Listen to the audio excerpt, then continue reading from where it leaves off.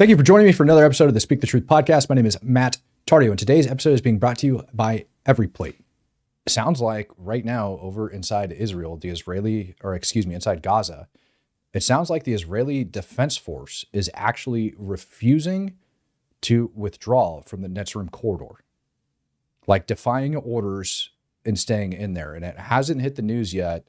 Hopefully, I don't know, but it sounds like they're refusing orders and they don't want to give up any terrain inside the Netzarim corridor. They don't agree with this decision.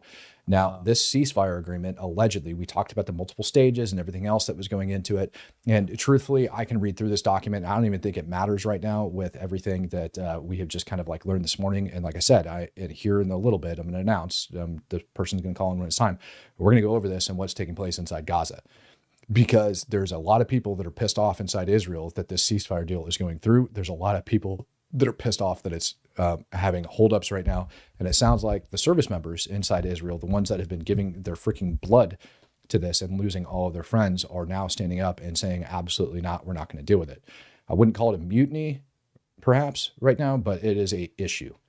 There is the potential, if that goes off, and they've refused to withdraw, and the unit commanders are refusing to withdraw, that hostage lives could be at stake. And so it's a very serious matter, right? It's a very, very serious matter. And I think from the soldier perspective, the best way that I can describe or explain why they would be doing that, why they're doing what they're doing, in my opinion, would be because they don't want to look like the U.S., right? Like, how many times have we as service members been used as frickin' pawns in this political machine, this political game? We've seen the military being over politicized and used for political measures. And that's exactly what's happening in this one. You have soldiers that had a mission, which was go in, kill Hamas, and get the hostages back. That's their job. Go in, kill Hamas, and get their hostages back. I'm a strong supporter of Israel. I've never hid that fact. I am extremely against terrorism. I am extremely against Hamas. I have an extreme bias towards terrorism and Hamas for obvious reasons. And I can tell you from a soldier perspective that when we see things like what took place in Afghanistan during the withdrawal and how bad that frickin' hurt, not because we failed as service members, but because the government failed us and is making deals with terrorists, thinking that somehow it's going to pay off, and it's not, by the way. I know we've talked about this on this program. Israel doesn't want that. People who don't learn from history are bound to repeat it. Well, here's history for you. A couple years ago, the United States made a deal with terrorists. They were in violation of that frickin' deal before we pulled out of Afghanistan, and they continued to be in violation of that deal to this day. And we have done nothing about it. Instead, we've released funds that we have held up, and we've been giving them money. We've been giving them humanitarian aid. We've been going to town because of politics. And we're not looking at national security. And I feel like those service members that are over there and the oath that they take and what they feel that their job is, right? It's the Israeli Defense Force. Their job is to defend the people of Israel. It's not the Israeli offensive force. It's the Israeli defense force. And right now, the IDF, as far as I know, is doing what they think is best to defend the people of Israel. And if you can't get behind that, you've got another freaking problem. And you got to remember too, we're talking about lives, and what life is more important than the other, right? Is there any human life that's worth less than another human life? No. It's not. But that's part of the deal that's going into this whole hostage negotiation. Female soldiers are going to cost more terrorist prisoners that Israel's holding on to than civilians. These animals are still holding, these animals took a 9-month-old baby. They took a 9-month-old baby. And right now, Israel is trying to come to the grips that they're going to have 50% of the hostages that get returned to them, if they even get 100% of the hostages back, alive or dead, that 50% of them are going to be decayed bodies. And they're likely going to show signs of rape. They're likely going to show signs of torture. They're likely not going to be in the best of health when they come out. They are going to be psychologically damaged for the rest of their life after being held in captivity by Hamas during this time frame.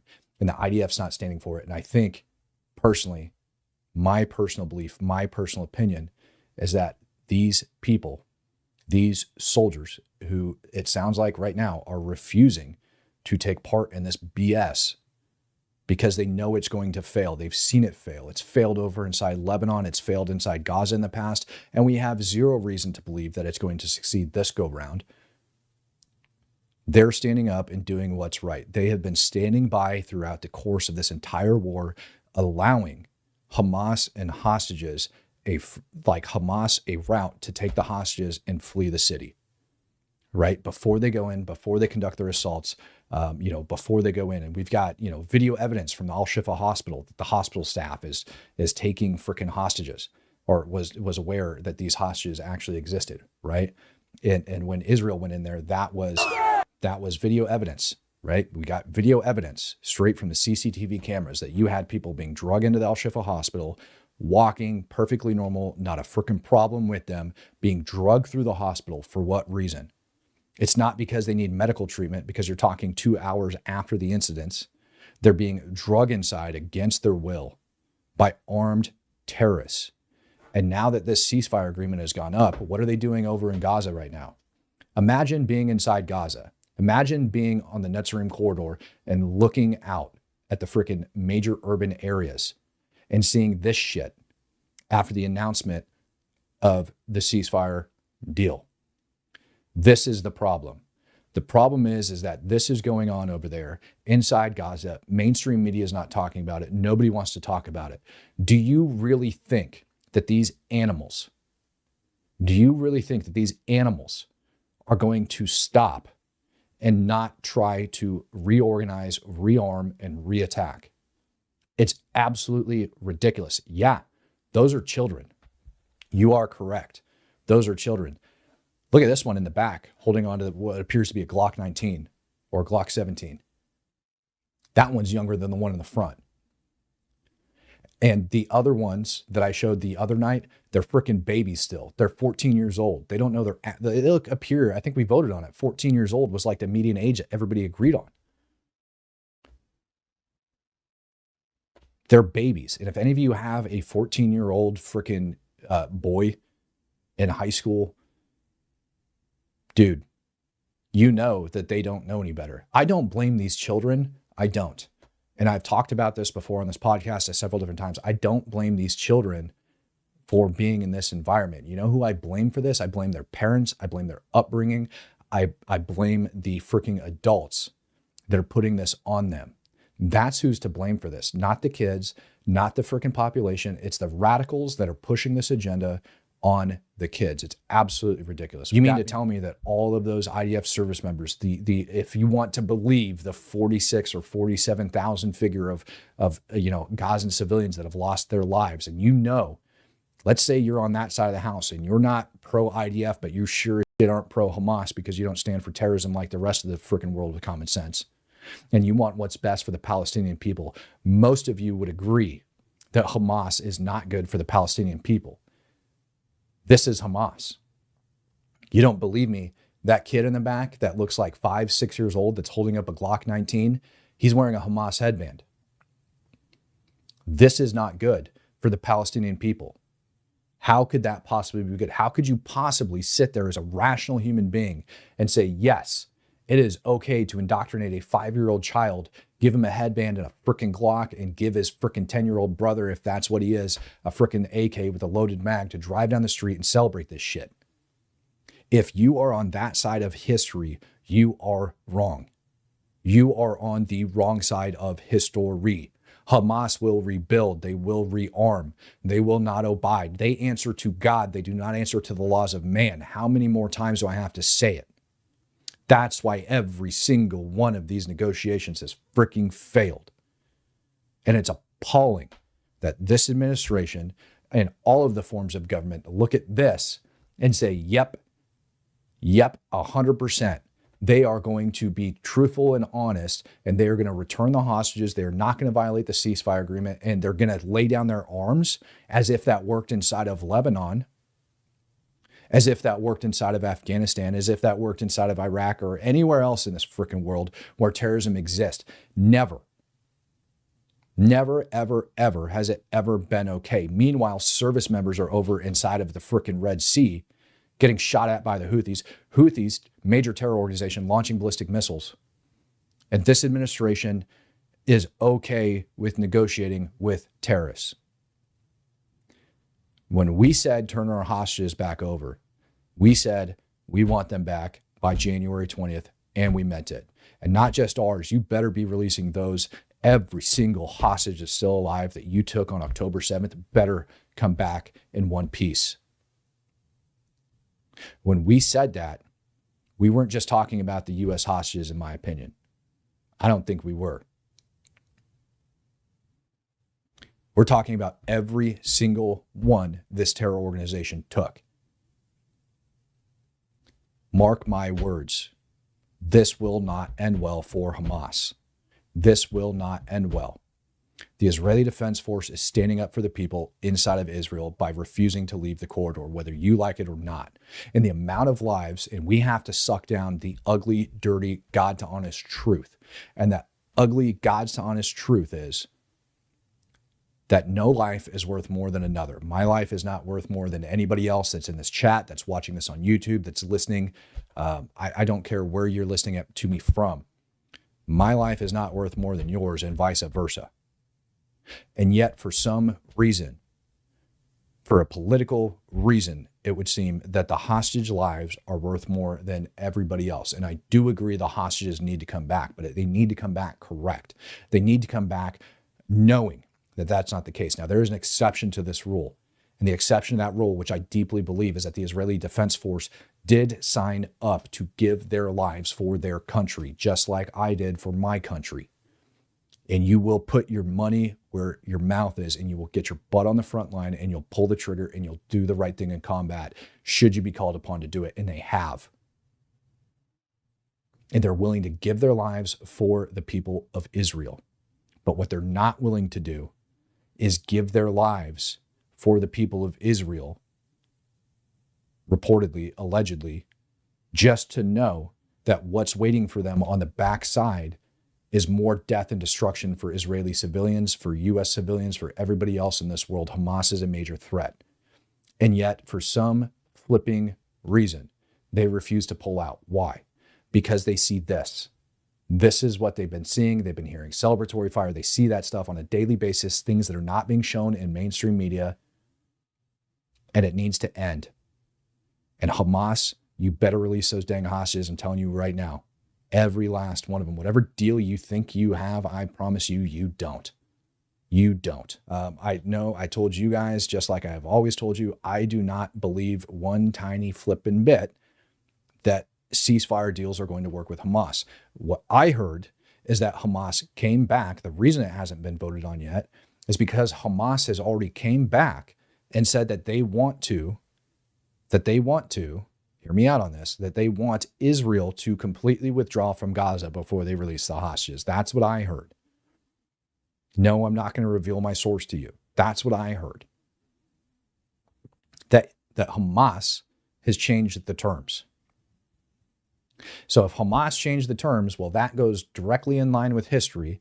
The same shit they did the last time, that there was a deal that was agreed upon, and those terms were Israel has to get out of the Gaza Strip. Ladies and gentlemen, I'm going to allow this individual to come on and speak about some of the things that she's aware of. Let me know if you can't hear. You should be able to, no problem. Ma'am, how are you? Yeah, I can hear you. Good. What are you hearing? I'm good. So I'm hearing a lot. I heard very early on, as soon as they started alerting us that there was going to be movement, they were pulling back from the Netzarim corridor. There was immediately pushback from boots on the ground, especially, and I find this to be interesting, from the reservists. The reason I find it to be so interesting is something that you just said. Most of the IDF it's a draft. It's a mandatory draft. A lot of the reservists who are there now, even though they got called up, a lot of them are back there voluntarily because they did release a lot of reservists home, and people were like, no, I'm going to stay with my unit. And I think they feel that extra, like, I showed up and I stayed and I fought for my country. No way are you going to just pull me out. And I think also for a lot of Israelis, there's a sense of deja vu from back from the disengagement. And they feel like, last time we came here, we sacrificed, we settled here, we built these beautiful communities, and we were pulled out.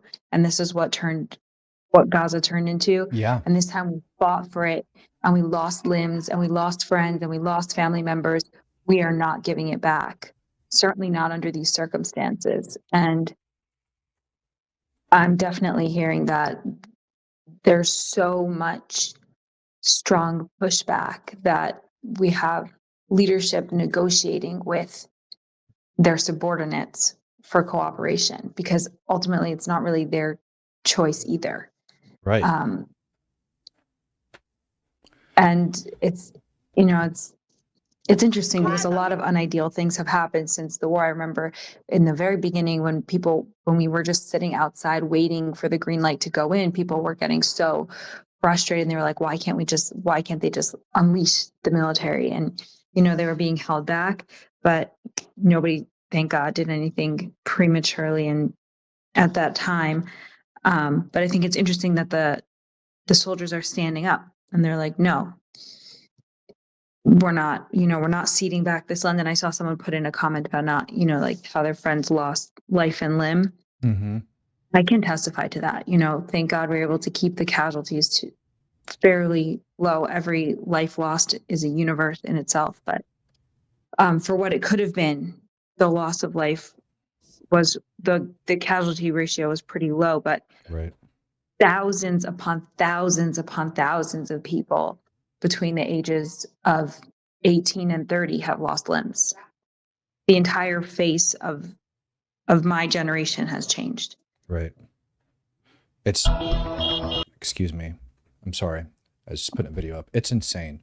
Mm-hmm. It's insane to think about negotiating with terrorists after we've seen time and time again how negotiations with terrorists fail. And it brings up the next question too. Like Israel needs to get its stuff together. What does the idea, like, what does everybody, because I want to ask you a question. Yeah. It's unprompted. We haven't talked about it. Mm-hmm. It. If you don't want to say any word about it, don't say a word about it. Just refuse. Okay. What's the general feeling about Jolani taking over inside of Syria? I think things that you've heard from Israelis or whoever.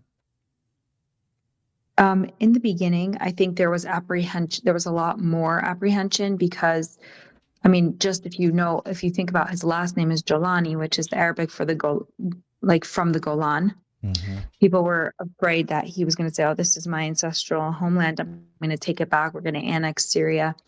I think from a population standpoint, I think people were pleasantly surprised that he said, Israel is we're not at war with Israel. And, a lot of the local populations, the Druze Arabs that live on the other side of the Hermon, like in the Syrian Golan, they are throwing their lot with Israel, and he has allowed Israel to establish this buffer zone. So I think there's kind of like a uneasy, kind of like an apprehensive calm, but then from an intelligence standpoint, from what I've heard from people, people who know who he is, Mm-hmm. they don't trust him, and they're concerned that that the West seems to have been so easily duped by him putting on a suit. Yeah. They're like, why does everyone believe him? Yeah, that's the really good question, right? Because he goes the Al-Nusra Front was established to overthrow Assad and establish a Sunni Islamic caliphate. At the same time, Baghdadi was forming ISIS, or had formed ISIS, to establish a Sunni Islamic caliphate. And the stated purpose of a caliphate is to advance the jihad. There's no end point for a caliphate. They want to expand and they want to take over the world, but certainly their region. Right. So why would we take his word for it? That's a serious question, why would that happen? And I think, in my opinion, I don't know, man, I could go down a million different rabbit holes looking into the reasons why behind that. And the only thing that I could really think of, because it's definitely not good when it comes to the security of Israel, in my opinion, the odds are, I think the odds are greater, more than likely, that he will go back on his word. And I've mentioned it just this morning on this podcast, like the laws of God will always supersede the laws of man in their mind. And so he has felt deeply for over a decade to be in Syria for that specific stated goal and purpose. And that's why the U.S. had put a bounty on his head for his role in Al-Qaeda in Iraq, his leadership in Al-Qaeda in Iraq, his establishment of, the ANF, and then also, the wanting to build, this Islamic Caliphate and his ties to Baghdadi. I mean, all of those are valid reasons to put a $10 million bounty on his head and to keep it there and to make sure he gets freaking strung up. But for some reason, we removed the bounty and he's now running Syria as if, that decade-long bounty that we had sitting on him wasn't freaking valid. I think they put it on him in 2016 or 2015. I forget which one. But I mean, it's insane. Yeah. And so my concern for Israel, the Israeli people, is that you have this guy that's moving in that has now essentially control of an entire country with the backing, it looks like, of a NATO country. And the United States removes the bounty. He's got all of this stuff going on for him. You have, what is it? January 26th or 27th is when the ceasefire in Lebanon is supposed to end. Yeah, I'm not exactly sure of the date, but it is expiring soon. Yeah, I think it's the 26th or 27th is when the ceasefire in Lebanon is supposed to end. And we are supposed to believe that everybody is going to do the right thing, that they're all going to behave. And I don't think they are. And so now we're essentially allowing Hamas to regroup and reorganize right before that expires. And if we do that and they regroup and reorganize and Israel is ordered to pull out of the corridor and they are ordered to get on the outskirts of Gaza, or for some reason politically they want this deal to go through, and Netanyahu and his cabinet have all decided, okay, cool, we'll vote on this deal with the IDF withdrawing from Gaza with the understanding that if they screwed up, we'll go back in.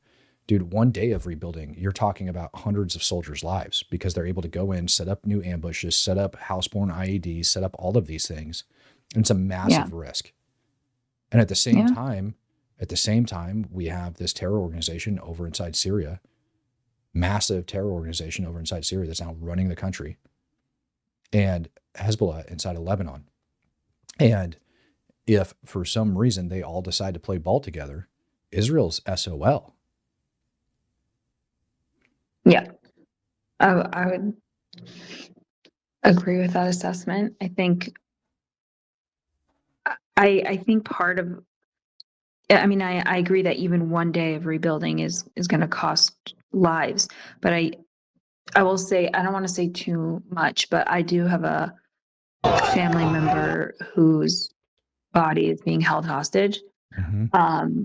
And we were made aware that they don't expect this deal to make it through phase one.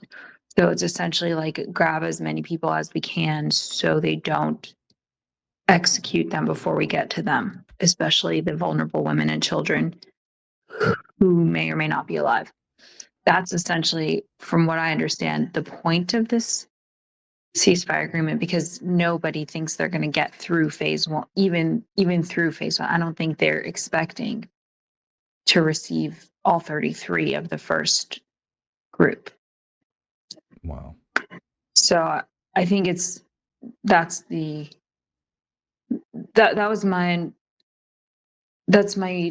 current understanding of, if they vote on this deal and it passes, what they're looking at realistically. So I guess, the other question that goes in is like,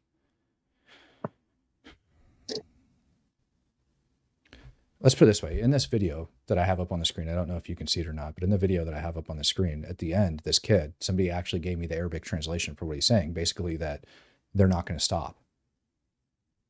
And it's... No, they literally, Sinwar's replacement, who's in Qatar, of course, gave a televised address in which he said that we will make sure October 7th happens every year, which is like just ironic to me that for all the people screaming genocide, I don't know anybody who's been genocided who says we're back at it next year. Right. We're gonna continue on with our genocide next year. Like, come on, man. Right. Like, Right. We'd like to. all right, ladies and gentlemen, time for a serious conversation. Have you, by chance, maybe been ordering takeout more than you wanted because you've got a busy schedule like the rest of the Americans and you just can't find the time to cook? Or you're feeling guilty, you feel like crap because the food that you're putting in your body and you want to feel better? I don't know if you know this or not, but your body treats food like fuel. Why don't you? And it shouldn't have to taste horrible to make that happen. Check it out, ladies and gentlemen. I want to introduce you guys to Every Plate. Every Plate can help you dish up better habits with delicious, easy recipes delivered straight to your door, including new calorie smart, carb smart, and protein smart options. With new Smart Swap recipes, you can swap flour tortillas for lettuce wraps, white rice, or lettuce, and potatoes for sweet potatoes to make better for you meals. Skip the store and enjoy wholesome homemade meals that cost less than groceries. Set up wholesome habits this year when you sign up for America's Best Value Meal Kit. Get started with 50% off your first box and a free month at Planet Fitness with code ROBPF at everyplate.com/podcast. Every Plate offer valid with auto-renewing subscription. Planet Fitness offer valid with $1 down due to Black Card membership sign-up. Additional restrictions apply. See everyplate.com/podcast for details. That's 50% off your first box and 1 month free at Planet Fitness with code ROBPF at everyplate.com/podcast. Thank you, Every Plate, for sponsoring today's episode. Right. We'd like to resume the genocide next year. We'll let you know when. Like, nobody does that, so I don't. But, I know that there were all these intelligence reports that were released from the U.S. that were saying that Hamas has basically essentially recruited, has refilled its ranks, has recruited almost as many Hamas fighters as we have managed to eliminate. Yep. But I can tell you from our side, we are aware that Hamas holds aid and food hostage in return for people. Meaning, we know you have two teenage sons, and if they don't show up, you won't get your food. So while I believe that these young men are probably radicalized, they're resorting to essentially holding teenagers hostage to fill their ranks, to feed their families. You know what's funny is you're not the first person to bring that up to me that's heard about that. And it's interesting because we do have child soldiers that are playing on the screen, celebrating the ceasefire deal, right? Wearing Hamas headbands and all of that crap. You're not the first person that's actually brought that up to me. And I will tell you that jives hand in hand with a lot of the things I've seen from other Islamic extremist organizations for what they do. Because the bottom line is, if your family is not supporting the cause, then you are the enemy. Yeah. Period. That's how they get treated. So if you get on board, hey, life's good for you. If you've got a fighter, you'll get more food than everybody else. They won't tell them that, but that's what they'll do. Like, they won't publicly announce stuff like that, but that's the type of things that they'll do. Like, your family supplies, we will help your family. Now we're all family. We're going to take care of you better than we take care of, these other heathens that are not giving us what we need. And they get punished exactly how you described, or worse. Yeah. So there's zero reason to believe their word other than some politicians did. And then it opens up the other aspect. And from an Israeli, perspective, from an Israeli soldier perspective, even, how can any politician guarantee, because Hamas has been decimated, they're down to like operating at less than 20%, strength from where they were at the beginning. That's why we're seeing all these kids on the screen and stuff like that. And a lot of these different videos, because they're pulling kids. They're down to less than 20% strength by my best estimates. And based off of intel that Israel's pulled off of objectives, and based off of, numbers that are coming out of the Gaza Health Ministry, and like less than 20% strength. Their command structure has been decimated, obviously. Like, I got tired of reporting on, like, if it wasn't like battalion level and above, I refused to report on it, because it's just so many commanders were getting schwacked on a daily basis over inside Gaza. And so with that being said, you've got all of these terrorist cells that are running around inside Gaza, and I don't think they're operating in this centralized manner. I don't think that if the word even comes out that this is a real thing, that these terrorists that feel like so strongly in their soul are actually going to abide. How can they even guarantee that all of these jihadists are going to listen to them? Because what that deal does is it goes directly against Hamas's stated goals and their divine right to Israel. And a lot of people are confused. A lot of people think that this is about, being in an open air prison and all that crap, like the propaganda they put out. It's not. It's very clear as day in writing. This is about taking over Israel and killing the Jews. It's pretty clear. Yep. And if that's they said it. They're on camera in these big celebrations.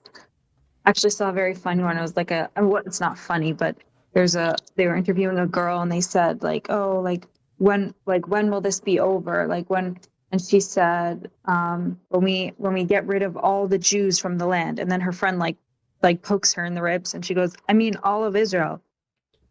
Wow.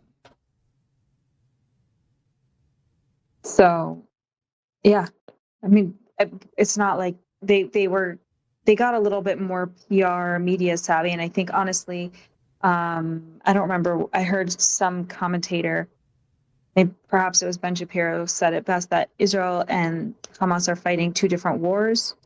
And a big objective of Hamas was to basically make Israel a pariah and to fool the West into thinking, this is a fight for that they're in the fight of their lives and this is a justified resistance, and they've captured the youth.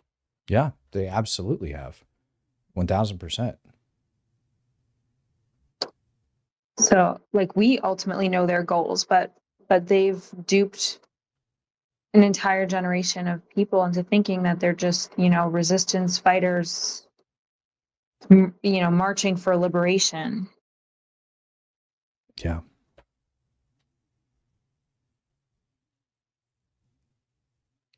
It's sad. Which I think another reason why there's so much resistance in Israel to pulling out, because they're like, listen, we lost this propaganda war anyway. Right. So why are we giving into this? Well, and this is the other thing that I look at as well. Like if you understand what's actually, if you actually understand what's taking place, and you actually understand why it's taking place, like why October 7th happened, and you actually look into it and you understand why no other country on this planet is going to accept them as refugees.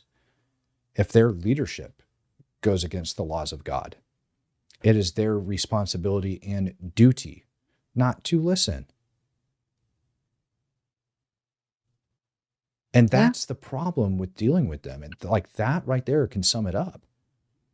Their whole goal is religious oriented. And if you don't believe me, I'll put the dang charter on the screen. Like it is all religious. It's all about taking over Israel. It's all about the destruction of Israel and the totality of Palestine, which is why they say the river to the sea. And it's their divine right to it. If they go against that, if their leadership goes against that, what they stand for and what they believe God has given to them, why, oh, why would they listen to their leadership? I wouldn't, if that's how I felt. I can tell you right now as a Christian, if somebody was to come to me and threaten to cut my head off and demand that I speak out against God or speak out against Jesus Christ, I wouldn't do it. Yeah. I won't. And so if I believe that, and I'm not even a radical extremist and I would allow myself to be killed, what makes you think that these people are going to listen to their leadership when they start going against the laws of God? No politician can guarantee that. None. I don't care who they are. If you understand this issue, you can't guarantee that no matter who you talk to, who you shake hands with, who you grease the wheels with frickin' money, how many frickin' prisoners you end up releasing. That's the other thing that's absolutely appalling about this. Dude, you're releasing potentially thousands of people. I haven't done the math yet for how many they're holding on to and what Israel agreed to essentially pay in terrorist prisoners to get them back. That's what's really happening. Over 1,000. It's like 1,063 or something. It's disgusting. It's like a little over 1,000. It's disgusting. And when we'll take it, when the U.S. released Brittany Griner, Forget how to pronounce Griner. him. Griner from frickin' Russia. Who did we end up turning back over? The Lord of War, who is supposedly running a bunch of weapons and stuff into Yemen right now. Yeah. Right? Like, it is worse for national security to do that. And politicians aren't being honest with the people. And that, in my opinion, is the biggest problem. Like, nobody has the balls to stand up and say, you know what's actually best for Israel is to choke down the hard truth that we're dealing with a radical Islamic terror organization that likely isn't going to agree, even if we do get a peace deal and hostage exchange signed on, that the people, because of this organization, are likely not going to agree. And if we release all of these terrorists that are in prison for a damn good reason, that they are going to cause more harm, death, and destruction to the Israeli people. We're going to lose more lives than we get back out of this deal in the long run. Instead of hamstringing our soldiers and allowing them to get killed and wounded and allowing Hamas to escape these places with their evacuation corridors and the early warnings of these raids and the roof knocking and all this shit, dropping flyers, warning them that things are cut. Like, instead of going over the top, go in there and allow the military to do their job. Trust in your military to have freaking, trust in your leadership, trust in your military, trust in your combat leaders to have the discernment not to kill civilians. They've been doing a damn good job. They've been doing 10x better job than the United States military ever did. Yeah. Who are we to tell them, the IDF, that they don't know what they're doing? I've had IDF, SF members on this channel speaking openly, saying that they have been denied airstrikes in active troops in contact, denied airstrikes from pilots that were concerned about potential civilian casualties. Yeah, well, our Air Force is the most liberal branch of the military, and it's also that I can 100% confirm. I've been present for that. Right. And so it's not like the Israeli Air Force or the Israeli Defense Force is trying to do shit. I was talking to you.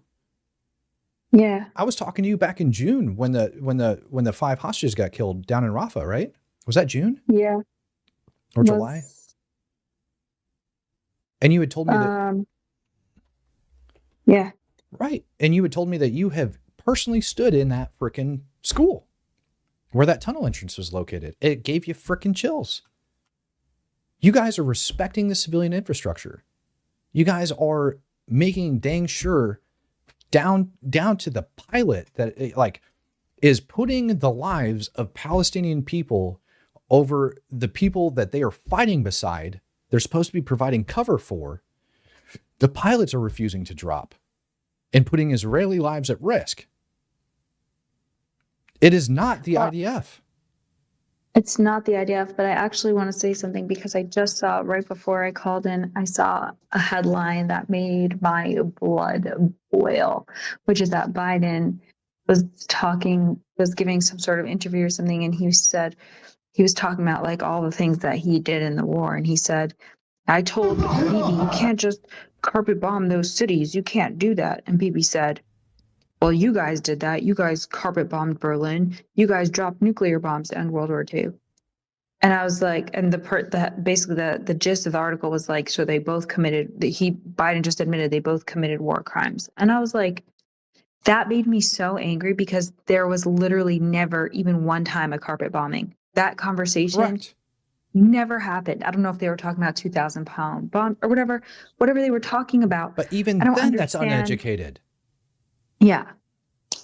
I know that Biden's really not with it, but he needs to just like stop talking because like the fact that he said that made me so angry because we put so many lives and limbs on the line to avoid exactly those situations and to respect civilian infrastructure and civilians, civilian life and safety. And we do all of these ridiculous things. And so for him to turn around and like casually say in an interview that he was, schmoozing with Bibi and they were talking about carpet bombing cities is just outrageous. It's absolutely appalling. And I'll tell you why it's appalling, because number one, that's a waste, right? To carpet bomb and think that you're going to do something. You're talking about risking killing civilians, hostages, killing the hostages and killing civilians and carpet bombing and all this stuff. Not to mention Not to mention, when you look at the actual damage and destruction that's in Gaza, you look at the collateral damages, the buildings specifically, you can see Yeah. plenty of places, and I'm sure you can personally testify to this, that there is plenty of places in Gaza where there is like one house that is destroyed and the entire neighborhood's okay, or that there's a house that's destroyed, a couple places down, there's another building that's destroyed, and there's buildings that's destroyed, picked and choose across the streets, perfectly intact. Like, it's not carpet bombing. It's precision. No, it is precision. There's actually just a video that went out also today, and they were like, Israel bombed an aid station, and it shows a drone that like was hovering over a building for like, I mean, the people there they saw the incoming drone hovering over the building, dropped the bomb, and it was like a delayed, I'm just losing the word, but explosion, delayed detonation. Mm-hmm. And I have reason to believe, not reason, I have reasonable intel, I suppose, reasonable information that it wasn't a quote unquote aid station. It was like a weapons depot, like a weapons cache. Mm-hmm. But the fact that people were able to see the drone incoming and video it dropping its payload and then it getting out of there, and then it went off, everybody had time to leave the area. And I was like, this, whatever you're trying to say, oh, Israel's bombing an aid station, like you're literally just proving yourself with your own video. Yeah. Well, even the video of that, the kids in the truck and stuff like that I just shows terrorists right outside of freaking civilian places and the civilians cheering them on and all this crap. You know what I mean? And like, you don't go from on the ground personal testimony of countless service members in the IDF saying that we have been denied airstrikes by the pilots out of fear of civilian casualties, to those very same pilots magically agreed to carpet bomb neighborhoods. And facts that our administration, the White House, even Netanyahu and his entire freaking cabinet, like nobody's came out and been like, yeah, we did drop a 2,000-pound bomb. Let me explain to you how this bunker buster works. It only has X amount of explosives in it, and it's being detonated underground. With that being said, the blast is contained. Yes, it's reverberating back and forth, and it like the blast goes up and out. It is far less explosives than your regular 2,000-pound JDAM, and like actually break this shit down for people. Why? I'd rather have a bunker buster drop next door than a freaking surface det or a slight delay det JDAM, 2,000-pound or 500-pound. Yeah.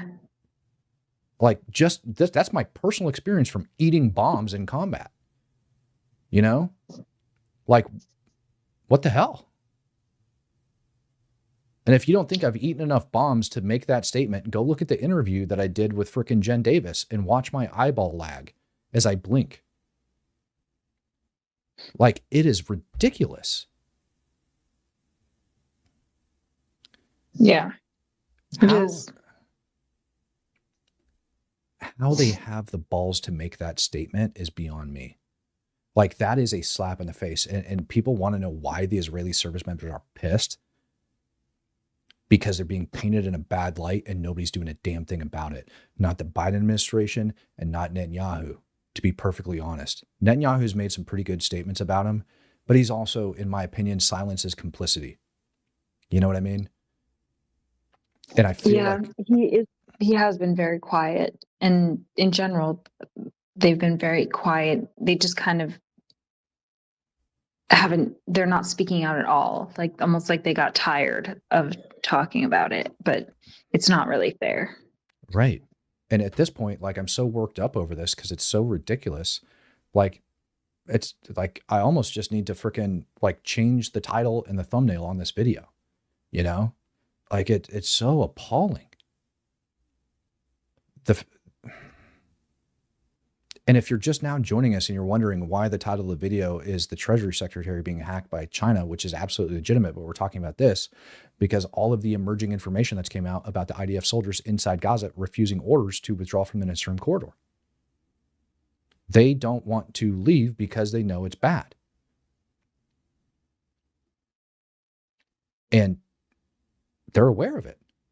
And they're not doing that because they care about their lives. They're sticking their necks out there, putting their lives on the line, like literally risking jail.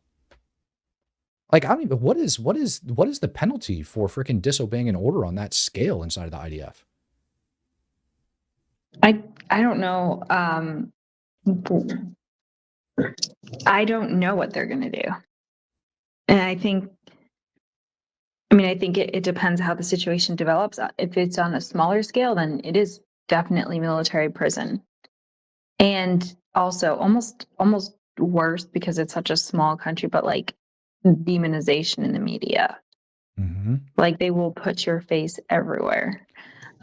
Previously, like people who have disobeyed orders have been like basically named and shamed and then also thrown in prison. But I don't know what they're going to do in this specific instance because it's from the information that I'm getting, it's like widespread. It's kind of like units being like, we're not, no thanks, we're not going.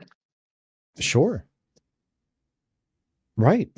And you're not wrong saying people are being publicly blamed and shamed. Like, look at what happened when Hamas accused the Israeli soldiers of raping them in prison. Mm-hmm. And how those people were hamstrung. And then when we finally get our hands on the video, it's nothing like what's described. Not at all. They literally go and remove a shiv from his butt. And they do it on camera on purpose. And they shield to protect his freaking privacy. Yep. They're not in there stirring things around. You don't see the guy pull something out of his pocket and shove it up in there and pull it out and go, aha, I found a smoking gun. None of that's in there. That's why they're released. But the media never turned around and did that. So yeah, they're pissed. And now they have this organization, the Hind Rajab organization. I think it's headquartered in the Netherlands, but they take people's pictures from Instagram, like Israeli soldiers that, are off, and they're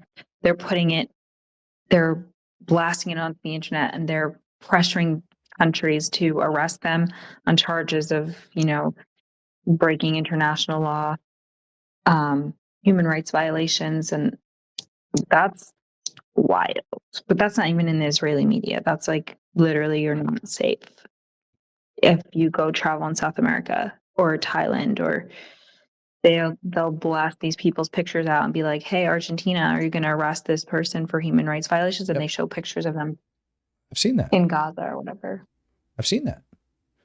I want to read you a donation that came in. It's for $75. It came from Vic. He said, I really appreciate you, Brother Matt, for sharing your valuable experience, speaking the truth, and taking the hits on.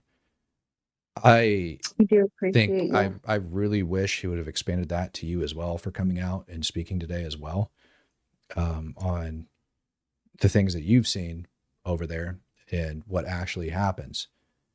I don't understand why our government hasn't called, and when I say our, I'm talking about the U.S. government, hasn't called upon people like you and been like, hey, our president just said the most inflammatory shit. What did you experience on the ground? We got, I'm going to pronounce his name wrong. I'm going to screw it up because I'm doing it off the top of my head, and you'll be able to correct me on it. Is it Dorian Cater? Duran Cater? Yeah. Yeah. He's coming to the United States on a speaking engagement and speaking tour. IDF SOF, very intelligent, lots of time on the ground. He even documented the humanitarian aid pier in Gaza. And he's coming on a speaking tour across the United States. Why hasn't the U.S. government grabbed people like him and said, our president is accusing Israel of war crimes or has extremely inflammatory language, talk about carpet bombing and everything else. What is your experience? That seems like a pretty common sense thing to do. Yeah, it does, but I don't know. I've been concerned about some of the people that now the administration has been walking this like very squiggly line between supporting Israel and then also hamstringing them. But the incoming administration, some of the people that work for the Trump campaign or are close to the Trump campaign have been saying some interesting things lately that make me slightly nervous. um, including Trump tweeted out this morning or truthed out about how how Hamas said that Trump made more. He was like, "Oh, Hamas said that he made more progress in a week than the Biden administration did in a Mm-hmm. year." And I was like, are you bragging that Hamas is thanking you? Like, I'm a little confused here. No, I think it had to do because he sent an envoy for his administration over to the negotiations because it's coming up to transition time. And so he sent his envoy over there and likely to speak about what's to come when he is president. That makes sense. And I don't think it's bragging about it because if he forced them to accept this deal, which would include keeping the IDF inside of Gaza, and when you look at the language that's included in there, it's being pulled out from the major cities, right? Gaza City. Don't be in the middle of Gaza City. Don't be in the middle of Khan Yunis. Don't be in the middle of Rafah. Cool. We'll go and we'll cordon off the outside. Netzarim corridor cuts right through the middle of freaking Gaza. To my knowledge, it's not. It's on the outskirts of Gaza City. Is that correct? Like the way I see it on the map and what's actually out there and the buffer space that's been established, it looks like it's on the outskirts. Yeah, it's outside. So the original agreement was to be out of the cities, such as Gaza City.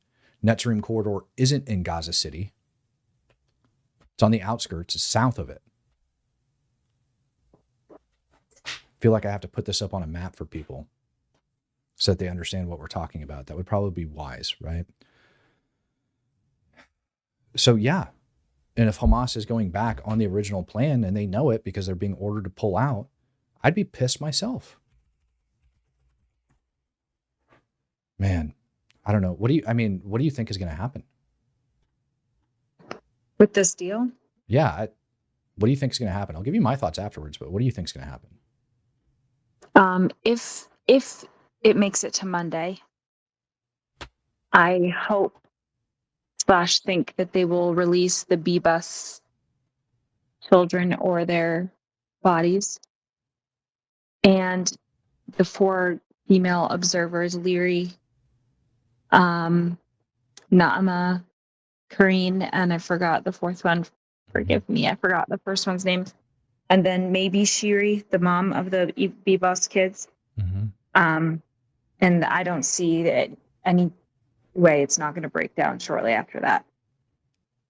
I don't think people think the Americans are going to come out first. I don't think so, because it's a bargaining chip for them. It is a huge bargaining chip for them. And it was interesting, I looked at the numbers that Hamas was talking about releasing on like the first day. It's an odd number. I'll have to pull it up. I've got the map up on the screen here, showing Gaza City and like where that's located and where the corridor's at. And generally speaking, for those that are kind of like unfamiliar with it, you look for where the U.S. port was at over there, and then it goes and it cuts it right in half. And it's just shocking to me because there's so many videos. You know what? I think there's actually a video that I could show people to explain to them. How do you spell that corridor? I always get it wrong. Netzzarim.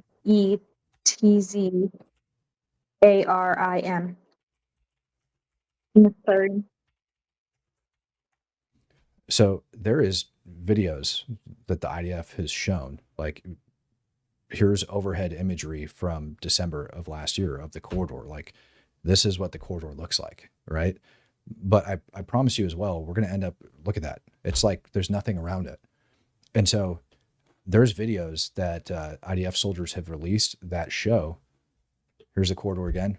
There, and you see like the vast majority of it is outside the city, right? This whole area down here south, these are all villages. This isn't the city. This is like the outskirts. This is like the suburbs. This isn't the city itself. And so like there's videos that have been posted. I'm looking for them right now where the IDF was straight up driving down the corridor and there's not a dang thing in sight. Like you can't see it. Yeah. I'm looking for it right now because I think it's important that people see that and like what's actually there, what's actually, versus what's not. And it's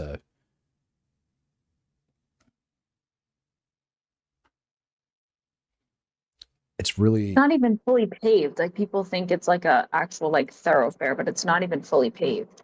right. Yeah. The video I'm looking for is an older one. Here's a portion of it. So here's one. It's not the video I was looking for. Here's a portion of the corridor that we're talking about. Right? Like it's paved. This portion that they're driving on, it's a little bit newer of a video. There's nothing around it. And this is the secure corridor that they've been using to move men, weapons, and equipment, gather supplies from the port when it was open. Not that it made any sense, but gather supplies from the port when it was open. And it's key terrain inside Gaza. It's absolutely key terrain, right? It's crucial for the IDF to maintain it. Yeah. And if they lose it, if they give it up, they're going to have to fight for it back. There's going to be IEDs on that road. There is going to be RPGs. There could be freaking ATGMs still in Gaza that haven't been used yet, that they could set up anywhere on this high ground as Israel, is moving along it as they go in. They could have a freaking tunnel network right up here on this hillside and have an anti-tank guided missile and take out freaking God only knows how many people, cram the road up, create a kill zone, kill a ton of people. It's dangerous. It's absolutely dangerous. And with the air support being as shoddy as it is for the Israeli Defense Force, it makes sense why they wouldn't want to pull out and leave it. I would be comfortable with it if I got, if I was the ground force commander and I got final drop authority on targets when I'm in contact, I'd feel a little bit more confident about it, but that's not what's happening. The ground force commander does not have drop authority. He does, but the pilots are also blessing off on it, as well as a lot of other people. So I wouldn't feel confident if I was the ground force commander. I wouldn't feel confident as a freaking, operator on the ground that people are going to have my back and my friends are not going to. I don't care if I lose my life. I'm more concerned over my friends. I'm more concerned over their families. I'm more concerned for the citizens that I'm protecting because I know what the ground truth is. And the ground truth is that they are not just going to give this up, that they are not going to stop fighting. It's appalling. They're absolutely not going to give it up. Man. Well, thank you for calling in. Is there anything else you wanted to get out? Anything else you wanted to say? I really just, I want to thank you and I want to thank this channel. Like you guys have all been amazing. And I am really in awe and have so much gratitude for the fact that you are always speaking the truth and speaking truth to power. And I think that you've created an amazing community, and it's very heartening that there are people that are doing their due diligence and doing the work. And it's not even that you have to do the research, but they are honestly, they're looking at this with having an honest take. So I appreciate that, and I appreciate you, and I appreciate the community. Everyone has been super supportive and kind. Well, thank you, ma'am. I really appreciate you. And as always, if you need anything, reach out. Thanks for calling. Thanks for talking. Thank you. Thanks for giving people a voice that don't currently have one by their own government, in my opinion. And that may be an inflammatory statement within itself, so I apologize. Yeah, no. But that's how I would feel. Privilege. Yeah. Yeah. That's exactly how I would feel. And that's exactly, I think if anybody can understand the pain and the amount of freaking stupidity that the Israeli soldiers look at right now with this thing and their thinking and their refusal of the orders, I think if anybody can understand that feeling of knowing what's to come, even though politics are, taking part, it would be U.S. service members after watching what took place in Afghanistan. I think U.S. service members of all people can sit and look at this and empathize to a degree, but not nearly the degree that Israeli service members can, because unlike Afghanistan, Israel shares a border with Gaza. And their munitions have the capability of reaching the citizens that they're protecting. Hamas's munitions have the ability to reach the citizens that they're protecting. Hell, even small arms fire has the ability to affect Israelis. We didn't have that in Afghanistan. That's a huge difference that I think the world is struggling to understand and comprehend, that these people are monsters. They took a 9-month-old baby hostage, and you are willing to negotiate with them. You've lost your damn mind. They do not respect anything other than brute force. That is a fact. Yeah. Wow. Okay. Well, thank you. Thank you very much. Thank you. We'll catch up.